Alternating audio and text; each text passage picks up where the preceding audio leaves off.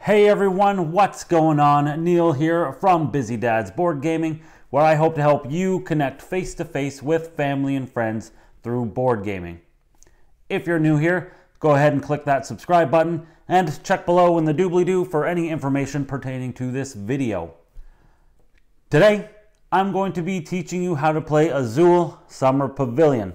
Summer Pavilion is a follow-up to the acclaimed Azul, which, if you're interested and you're not already familiar with, you can go ahead and check in the description below for a link to a how to play video on that one. Azul Summer Pavilion is a 2 to 4 player game designed by Michael Kiesling and published by Next Move Games, in which you, a master artisan, must use the finest materials to create a summer pavilion while carefully avoiding wasting supplies. So, with all that being said, let's dive into the setup.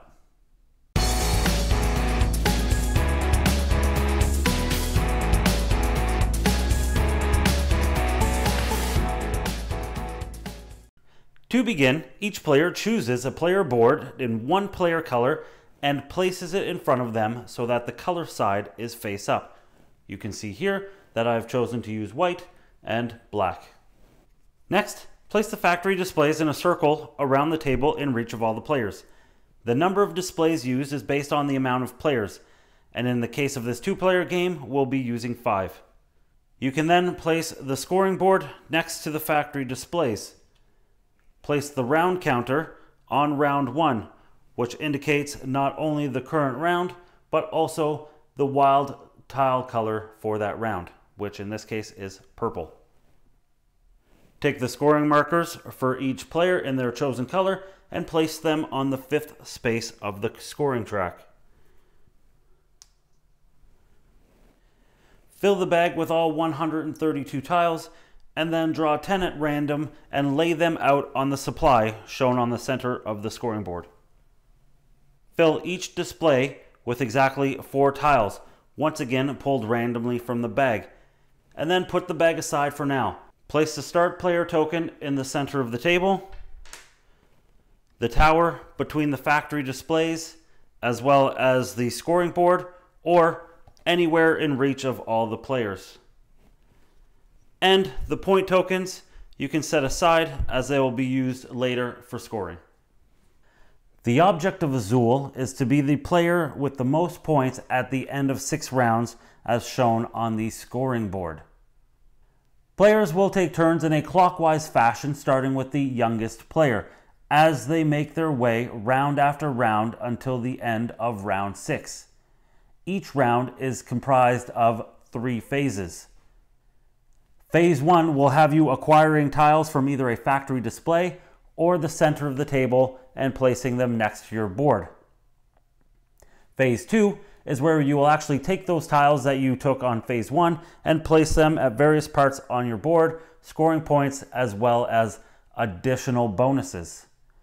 Phase 3 will see you preparing for the next round, in which you will place exactly 4 new tiles on each display.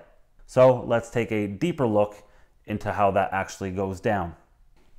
For the time being, I've decided to keep the tower as well as the tile bag just off screen. Just know that anytime tiles are discarded, they are discarded into the tower, and anytime you replenish either the supply or the factory displays, they are always replenished from the bag. Starting with Phase 1, on your turn, you must pick tiles, and to do so, you have 2 options. Option 1, you can pick all tiles of the same color, which is not the wild color of this round, from any one of the factory displays. The tiles you take are placed next to your player board, and any remaining tiles on the display are moved to the center of the table. When taking tiles, if there are 1 or more tiles of the wild color, which in this case for the first round is purple, you must additionally take 1 of these wild tiles. Again, placing any that weren't taken to the center of the table. If by some chance there is a factory display with only wild tiles, you are only allowed to ever take 1 of those tiles. The remainder are placed into the center of the table. Option 2, you can pick all tiles of the same color from the center of the table, which again is not the wild color for the round and place them next to your player board. Just like option 1, if there are any tiles of the wild color, you must additionally take exactly one of those tiles and place it next to your player board as well. If there are only tiles of the wild color in the center of the table, you are only allowed to ever take one wild tile at a time. If you are the first player of the round to take tiles from the center of the table, you must additionally take the start player token. You then move your scoring marker backwards on the scoring track as many spaces as the number of tiles you have picked this turn, but no further back than space 1. So in this case, with the 2 blue, 1 purple, and the start player token, we would move our token back 4 spaces. After completing one of the 2 options, play then proceeds to the next player in a clockwise order. The player who has the start player token will be the first player to place tiles on their board in phase 2, and they will start the following round. Phase 1 ends when all the factory displays and the center of the table have no more tiles. Moving on to phase 2, starting with the player who took the start player token in the last phase, when it's your turn, you'll first check that you have the right number of tiles in the needed color next to your player board to play into a space. If you have enough tiles, then place exactly one of those tiles on the corresponding space of your player board and then discard the other tiles that were needed into the tower. Play then proceeds clockwise to the next player, and this process is repeated until no player wishes to or is able to place more tiles. There are, of course, rules for this phase.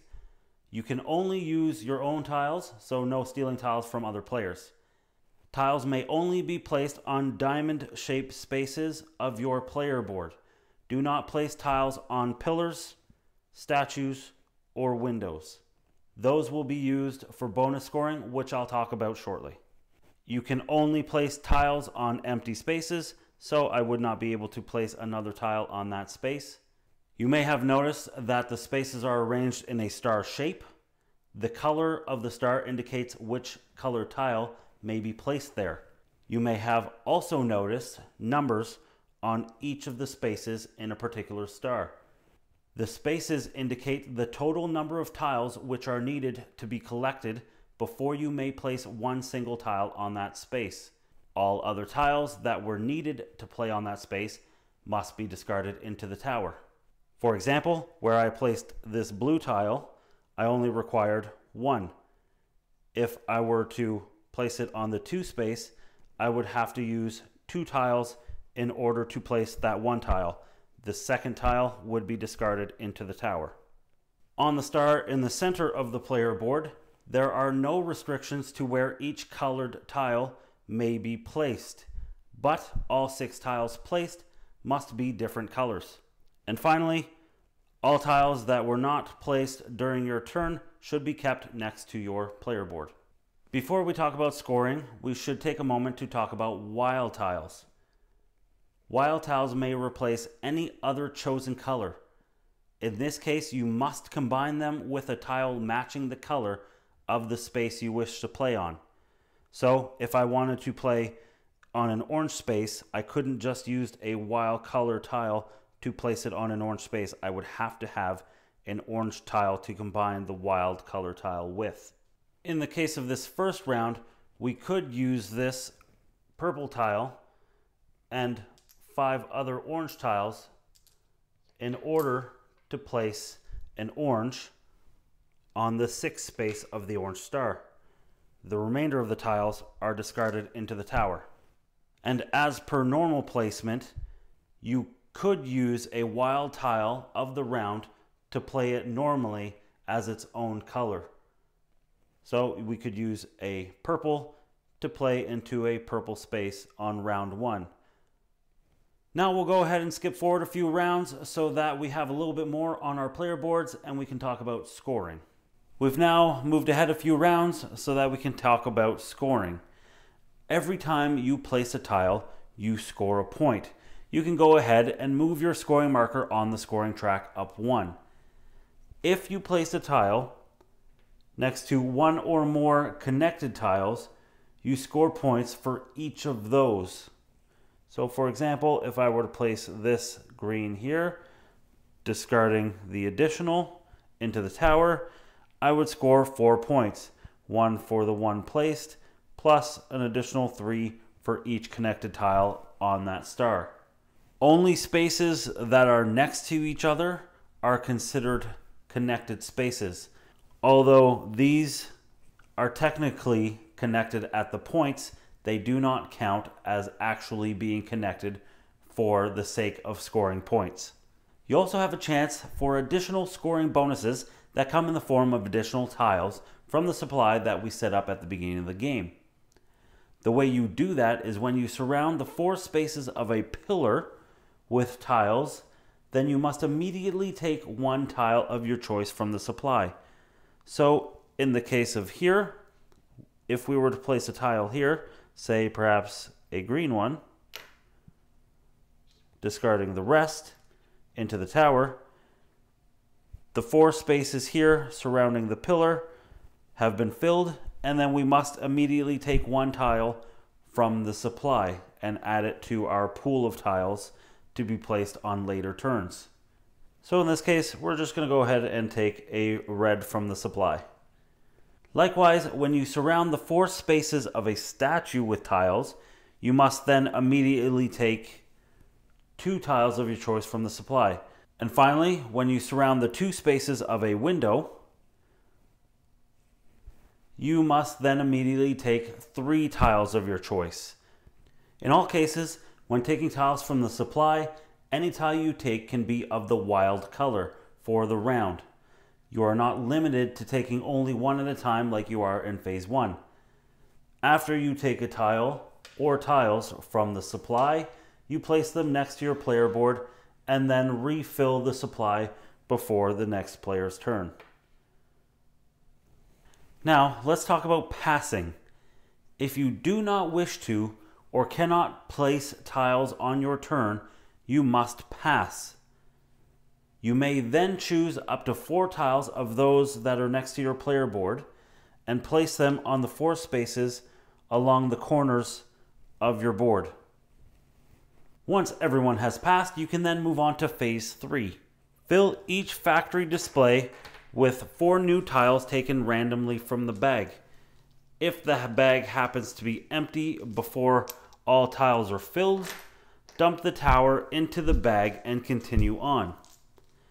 If by some rare chance the bag is emptied again and there are no tiles left in the tower, fill as many displays as possible and carry on as normal.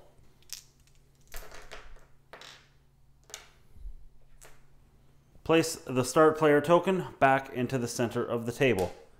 Move any tiles you have collected in the corners of your player board next to your player board and carry on with Phase 1 as per normal. If you have reached the end of round 6, you can then carry on with the end of game scoring. The point values for the end of game scoring can be viewed along the right side of the scoreboard at any time and carries on like so.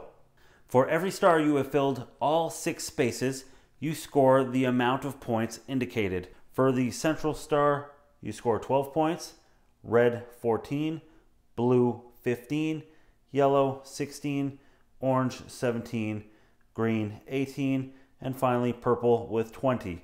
If you have filled all 6 spaces of any of those stars, you can go ahead and score those points now. Then, this here tells you that if you have filled all of the 1, 2, 3, or 4 spaces on your player board, you score that amount of points as well. So, although we didn't fill any of the stars completely, let's take a look to see what we have here. This player has filled all of the 2 spaces, so they get an additional 8 points. This player was unable to fill any stars or any of the 1, 2, 3, and 4 spaces, so they don't score any additional points. Finally, if you have any tiles on the corner spaces of your player board that you haven't used, discard them into the tower and lose 1 point per tile. Whoever has the most points is the winner, and in the case of a tie, the tied players share the victory. You can also see here that there are rules for variant play, but I'll let you discover that on your own. And there you have it. That is how you play Azul Summer Pavilion. If you have any comments or questions, go ahead and leave them in the comments section below. If you've gotten any sort of value out of this video whatsoever, please go ahead and smash that subscribe button and leave a like. Maybe share this with a buddy or two. Really goes a long way in helping grow the channel.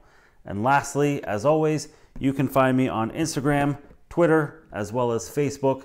Links for everything in the description below. But until next time, thanks for watching and happy gaming.